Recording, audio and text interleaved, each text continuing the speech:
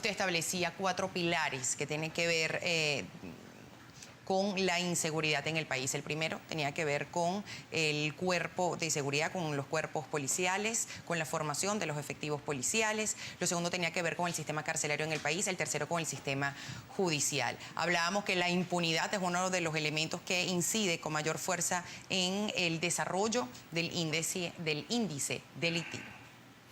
Ciertamente hay cifras que hablan de un 92% de impunidad.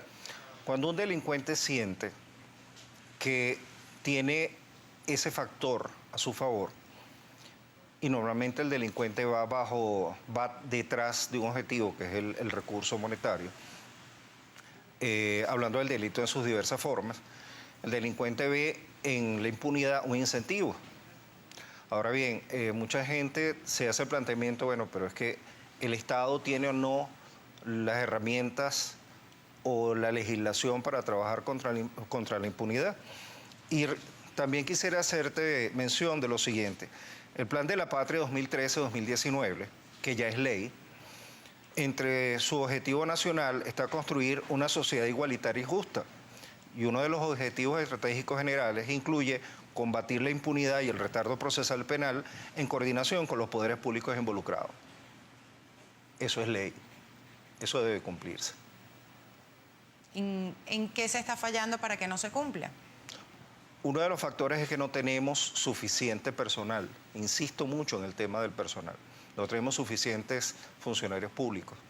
Si tú no tienes suficientes funcionarios públicos, llega un momento en que los centros de reclusión se ven abarrotados, los fiscales se ven abarrotados. Sería interesante conocer, por ejemplo, cuántos casos tienes que trabajar mensualmente o anualmente un fiscal en Venezuela. Obviamente sobrepasa su capacidad. Eso no es un justificativo, es una de las razones. ¿Ok?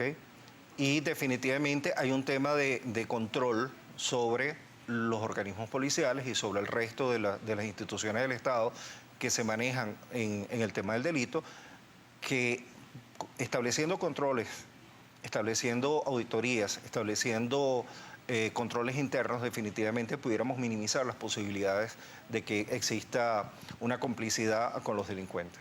El cuarto pilar que hacíamos referencia tiene que ver con la sociedad civil.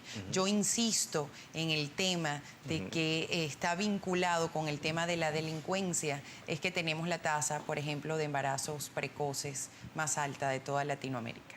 Muchachas de 13 o 14 años quedan embarazadas, por lo general no tienen la figura paterna. Los padres de esta muchacha que queda embarazada a temprana edad son las que asumen la responsabilidad del niño. No tiene el tema de una estructura, de una figura materna y paterna. Allí crece en una familia disfuncional. Eso incide en el tema de la delincuencia en nuestro país, en la pérdida de principios y de valores. Por supuesto, por supuesto. No hay recetas mágicas para abordar el tema de la delincuencia. Definitivamente debemos ver hacia afuera, debemos ver países latinoamericanos que han logrado disminuir sus índices de delincuencia. Y uno de los factores que se ataca es el factor social. Tiene que haber educación, tiene que haber cobertura de servicios básicos, salud, seguridad. ¿Okay? Tiene que involucrarse a la sociedad civil en el tema de la seguridad. El tema de la seguridad no es exclusivo del Estado. Hay que cambiar los esquemas y la forma en que estamos viviendo los venezolanos. Insisto mucho en eso.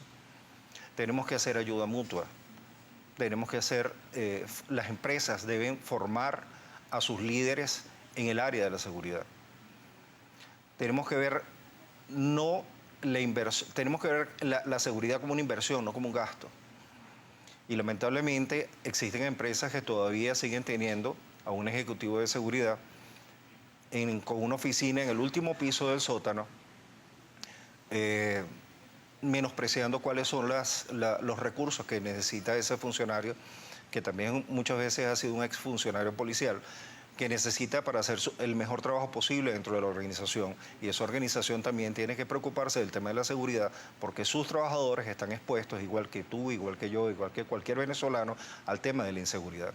¿Qué tal, por ejemplo, un ejemplo en México? México está haciendo un trabajo extraordinario en llevar por medio de organizaciones civiles, llevar charlas a diferentes sectores del país, donde en un trabajo junto a la empresa privada dan charlas a 300, 400 personas en auditorios y van creando esa conciencia de lo que tiene que ser la autoprotección, de lo que debe ser la prevención. Entonces, cuando tú logras eso, haces que esa sociedad civil se sienta partícipe y a su vez, como sabe más, conoce más, también pueda exigir más. ¿Puede existir un plan desarme efectivo, eficiente en la práctica para desarmar a la población y que no se genere estos actos de violencia constantes en el país? No solamente se puede hacer, es obligatorio. Definitivamente la alta cantidad de armas de fuego que están circulando en Venezuela de manera ilegal es un factor importantísimo en que incide en todo el tema de la violencia, la facilidad con que se consigue. E igualmente es muy lamentable que de un tiempo para acá muchos funcionarios policiales que han sido asesinados y muchas otras personas, no necesariamente funcionarios policiales, han sido asesinados precisamente para obtenerles las armas de fuego que pudieran portar.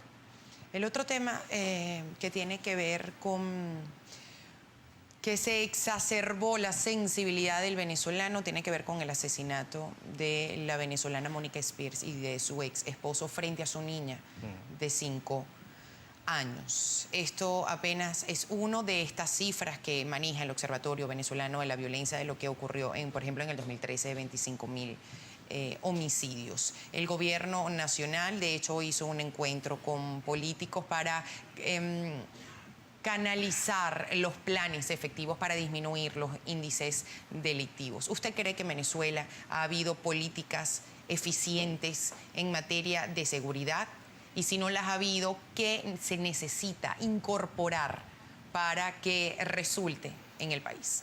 Mire, yo sería un poco conservador en ese sentido. Yo pienso que nosotros tenemos leyes, tenemos reglamentos, tenemos normas, pero tenemos que implementarlas.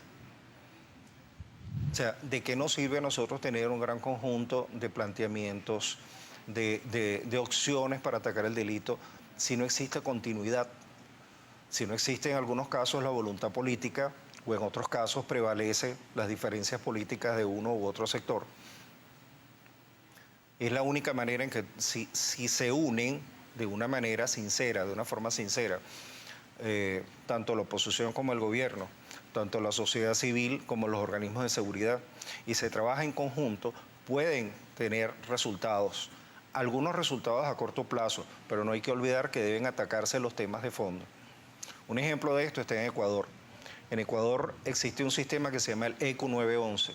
El ECU 911 es una inmensa sala de monitoreo donde se reciben todos los casos de emergencia de policía, de bomberos, de salud, de desastres naturales. ¿Y eso cómo se logró? Previo a un consenso de todas las autoridades políticas y de todas las regiones. ¿Cuál fue el beneficiado? La sociedad civil. Entonces sí es posible hacerlo. Por lo general, cuando hablamos de delitos, hablamos de homicidio, hablamos de asesinato, hablamos de robo, pero hay un montón de delitos que no solo se limitan a asesinatos, homicidios y robo. ¿Usted puede puntualizar los delitos más comunes en Venezuela? Mira, tenemos el robo de vehículos, indudablemente se ha incrementado en estos últimos meses. Tenemos lo que llamaríamos delitos de cuello blanco, que son estafas, apropiaciones indebidas, y no olvidemos el delito informático. Y el delito informático es el mejor ejemplo perdón, de cómo evoluciona el delincuente. El delincuente va evolucionando su modus operandi en la misma medida que las fuerzas de seguridad o que los ejecutivos de seguridad van tratando de atacar al delincuente. Entonces, ¿eso qué requiere? ¿Qué exige? Que tiene que haber un proceso de formación permanente. Existen, ACE International, por ejemplo, desarrolla en los Estados Unidos todos los años un evento al cual van 22.000 personas de todo el mundo. Y se dan los últimos avances en tecnología, en políticas, en estrategias de seguridad. Esos son eventos en los cuales tienen que asistir no solamente los cuerpos de seguridad del Estado, tienen que asistir también los ejecutivos de seguridad que trabajen para las organizaciones. Entonces, este es un proceso en el cual es un proceso permanente, es un proceso que no se va a terminar.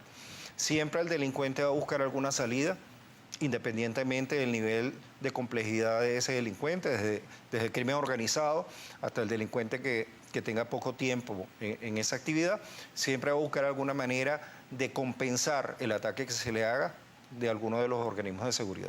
¿Qué puede hacer la sociedad civil frente a este panorama, frente a esta realidad, a los diversos delitos? Primero, estar consciente que forma parte activa de la solución.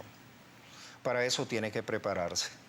Para eso tiene que, insisto mucho, empezar a formarse en temas de prevención. ¿Cómo se prepara la sociedad civil?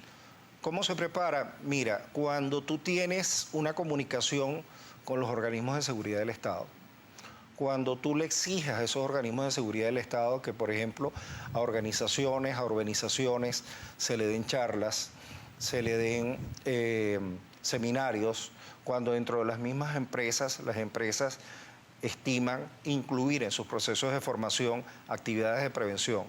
Y algo que es muy importante, esas actividades de formación y de prevención tienen que ser desarrolladas por personal debidamente calificado. No basta tener un arma en la cintura o haber portado o portar una placa de un organismo policial para en un momento dado conocer realmente de lo que se esté hablando. Tiene que ser personal calificado, sí lo hay en Venezuela, y es una de las alternativas que debemos desarrollar.